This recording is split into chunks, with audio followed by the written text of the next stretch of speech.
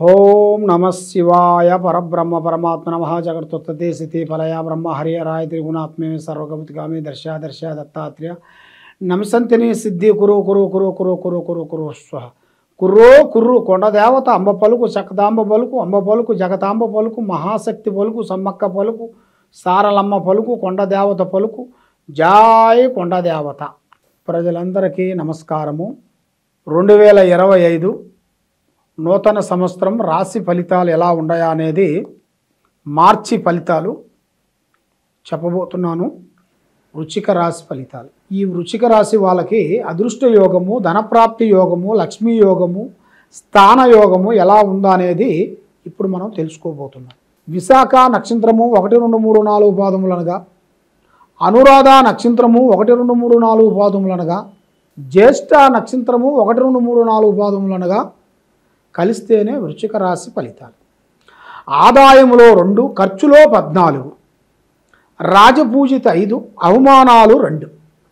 మరి ఈ రాశిలో ఉండవలసిన వాళ్ళకి వీళ్ళు చిన్న వయసు నుంచి కుటుంబ బాధ్యతలన్నీ ఈపు మీద వేసుకొని కుటుంబాన్ని డెవలప్మెంట్ గురించి చాలా కష్టపడుకుంటూ పోరాటం చేసుకుంటూ వస్తుంటారు. కానీ వీళ్ళు చిన్న వయసు నుంచి జనాలలో ఒక మంచి పేరు, ఒక గౌరవం, ఒక అభిమానము సంపాదించుకుంటారు. అందరిలో ఒక మంచివాడు అన్న ఒక బిరుదు, ఏదో ఆయన దగ్గరికి పోతే ఒక సహకారం చేస్తారు, ఒక హెల్పింగ్ చేస్తారు, ఒక మంచి మార్గాన్ని మనకు చెప్తాడు, ఒక మంచి దారిలో చూపిస్తాడు అన్న భావం అనేది ఇలా జాతకంలో కనబడుతుంది. కాబట్టి ఎంతోమంది ప్రజలకి వీళ్ళు ఎంతో వరకు సేవ చేసుకుంటూ వస్తున్నారు. కానీ ఎంత చేసినా కూడా మరి 5 ఏళ్ళు కరెక్ట్గా ఉండవు కదా. ఒకటి చిన్నగా ఉంటుంది, ఒకటి పెద్దగా ఉంటుంది, ఒకటి పొడుగు ఉంటుంది, ఒకటి పొట్టిగా ఉంటుంది. ఆ విధంగా వీళ్ళు ఎంత కష్టపడి చేసినా కూడా వీళ్ళ ఇంట్లో ఉండవలసిన వాళ్ళు కొంతమంది కొడుకులు కానీ బిడ్డలు కానీ వాళ్ళ నుంచి కొన్ని ఇబ్బందులు ఎదురవుతున్నాయి. వాళ్ళ నుంచి వీళ్ళు సంపాదించుకున్న గౌరవం, వీళ్ళు సంపాదించుకున్న ప్రేమ అభిమానాలు, ప్రజల్లో ఒక మంచి స్పందన అవన్నీ పోగొడతారు వీళ్ళు. ఎందుకంటే తండ్రి సంపాదించింది కొడుకు దాన్ని నిలబెట్టుకోకుండా దాన్ని చెడుదారులో పోయి లేనిపోయిన శికాకులు తెచ్చుకొని ఆడవాళ్ళ నుంచి మగవాళ్ళ నుంచి కొంత అనేకమైన సమస్యలు తెచ్చి వీళ్ళకి పెడుతుంటారు. దానివల్ల వీళ్ళు ఎన్ని రోజుల నుంచి పోరాడిన పోరాటము వ్యర్థమైపోయి మనశ్శాంతి లేక, ఆరోగ్యాలు బాగోక, మనసు నిలకటగా ఉండక మరి ఆందోళన చెందుతుంటారు. మరి ఈ రాశిలో ఉండవలసిన వాళ్ళకి ఆరోగ్య సమస్య చాలా లోతులో కనబడుతుంది. అంటే ఆరోగ్య సమస్య చాలా ఉంది. మరి ఆరోగ్య సమస్యను కొంచెం జాగ్రత్త పడాలి. జాగ్రత్త పడకోకుండా ఉంటే కొన్ని ఇబ్బందులు ఎదురవుతాయి. మరి ఈ రాశిలో ఉండవలసిన వాళ్ళకి విద్యారంగంలో చూసుకుంటే మంచి చదువు, మంచి ఆలోచన, పబ్లిక్లో ఒక మంచి గౌరవం సాధిస్తారు. అభివృద్ధిగా వచ్చే యోగము ఇలా జాతక యోగంలో కూడా చాలా వరకు కనబడుతుంది. పర్వాలేదు. మరి వీళ్ళు చేయాల్సిన కొన్ని కార్యక్రమాలు ఇప్పుడు కొన్ని మొదలు పెడుతున్నారు. మరి వ్యాపారం కానీ, బిజినెస్ కానీ, రియల్ ఎస్టేట్ కానీ, సంబంధించిన పనులు కానీ, కొంత విదేశాలు వెళ్ళాలని గురించి కానీ, మరి విదేశాలు వెళ్ళి అక్కడ కూడా కొంచెం సంపాదించుకొని రావాలని వీళ్ళకి ఎన్నో విధానాలుగా సతమతం అయిపోయి కుటుంబాన్ని కాపాడుకోవాలి, ఈ సమస్యలో నుంచి బయటికి పడాలని చాలా విధానాలుగా పోరాటం చేస్తుంటారు. మరి ఎంత పోరాటం చేసినా కూడా వీళ్ళకి 9 గ్రహాలు కూడుకుంటాయి. 9 నవగ్రహాలు కూడుకున్నాయి. 9 నవగ్రహాలు కూడుకున్న దాని వలన ఏ పని చేయలేక, అంటే ఏ పనైనా చేయగలుగుతారు, వీళ్ళ దగ్గర ఆ టాలెంట్ ఉంటుంది. కానీ ఆ పని వీళ్ళకి చేతిగాడికి వచ్చి చేయి జారిపోవటం, వీళ్ళ చేతుకుంటా డబ్బులు ఇచ్చిన వాళ్ళు డబ్బులు ఇవ్వకుండా వీళ్ళని చాలా బాధ పెట్టడం, వీళ్ళని హింసించటం, మరి వీళ్ళ చేతుకుంటూ పోయిన డబ్బులు అవి మధ్యలో బ్రేక్ అయిపోయి మరి వాళ్ళకి మాట ఇచ్చిన తర్వాత వీళ్ళు మధ్యలో ఎరక్కబోయి అదో గతి పాలవుతుంటారు. అంటే చాలా బాధపడుతుంటారు. మరి ఇలాంటి బాధపడే వాళ్ళకి మరి ఇలా మీద ఉండాల్సిన నవగ్రహాల గురించి దానికి శాంతం హోమం చేయించుకోవాలి.